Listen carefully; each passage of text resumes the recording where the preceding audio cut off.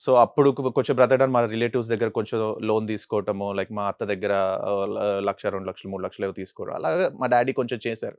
అది మాకు నచ్చలేదు. బేసికల్‌గా నాకు అప్పు అనేది తీసుకోకూడదు అనేది ఒకటుండేది. బట్ ఆ పరిస్థితిలో అవసరాలకి తీసుకోవడం జరిగింది. ఒక అత్త దగ్గర కొంత అమౌంట్, ఇంకో అత్త దగ్గర కొంత అమౌంట్. ఏదో అనుకోని ఏదో చేయబోయారు. బట్ అది సక్సెస్ అవ్వలేదు. ఫెయిల్ అయ్యారు.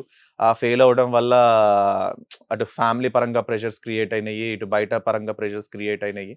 వస్తే ఒకటే ఒక ఆపర్చునిటీ వస్తుంది. ఒక ప్రాఫిట్ వస్తుంది. ప్రాఫిట్ వచ్చిన తర్వాత మనం వీళ్ళందరికి ఇవ్వాల్సినవన్నీ కూడా ఇచ్చేద్దాము హ్మ్. అన్న దీంట్లో చేశారు గానీ, బట్ అది ఫెయిల్ అయింది. ఓకే. ఫెయిల్ అవ్వడంలో స్ట్రెసెస్ అన్నీ మీద పడి, హ్మ్. సో, అది తట్టుకోలేక హార్ట్ స్ట్రోక్‌తో చనిపోయారు. అండ్ ఆ తర్వాత డిసైడ్ అయ్యాము బతకగలిగితే మన కాళ్ళ మీద మనం బ్రతుకుదాం గానీ, ఎవరి మీద డిపెండ్ అవ్వద్దు. సో, మా అక్క ఒక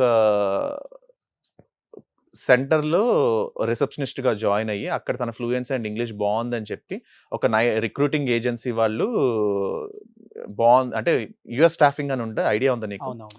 సో, యూఎస్ స్టాఫింగ్‌లో వాళ్ళకి ఇలాగ కాలర్స్ కావాలి.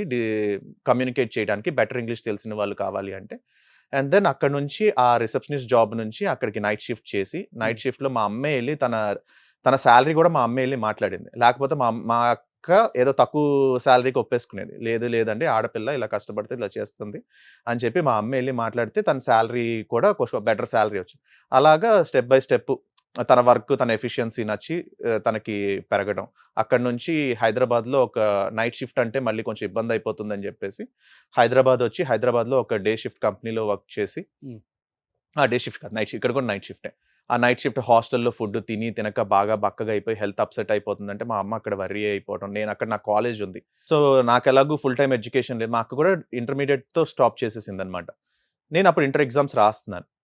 సో, నాకెలాగో ఫుల్ టైమ్ ఎడ్యుకేషన్ లేదు. తమ్ముడికైనా సరే ఫుల్ టైమ్ ఎడ్యుకేషన్ ఉంటే వాడు రేపొద్దున లైఫ్ వాడికి బావుంటుంది అని చెప్పేసి, తను తన ఎడ్యుకేషన్‌ని సాక్రిఫైస్ చేసి ఎడ్యుకేషన్ సాక్రిఫైస్ చేసింది అంటే ఫుల్ టైమ్ కాలేజ్‌కెళ్ళలేదు. తర్వాత ప్రైవేట్‌గా బీఏ చేసింది.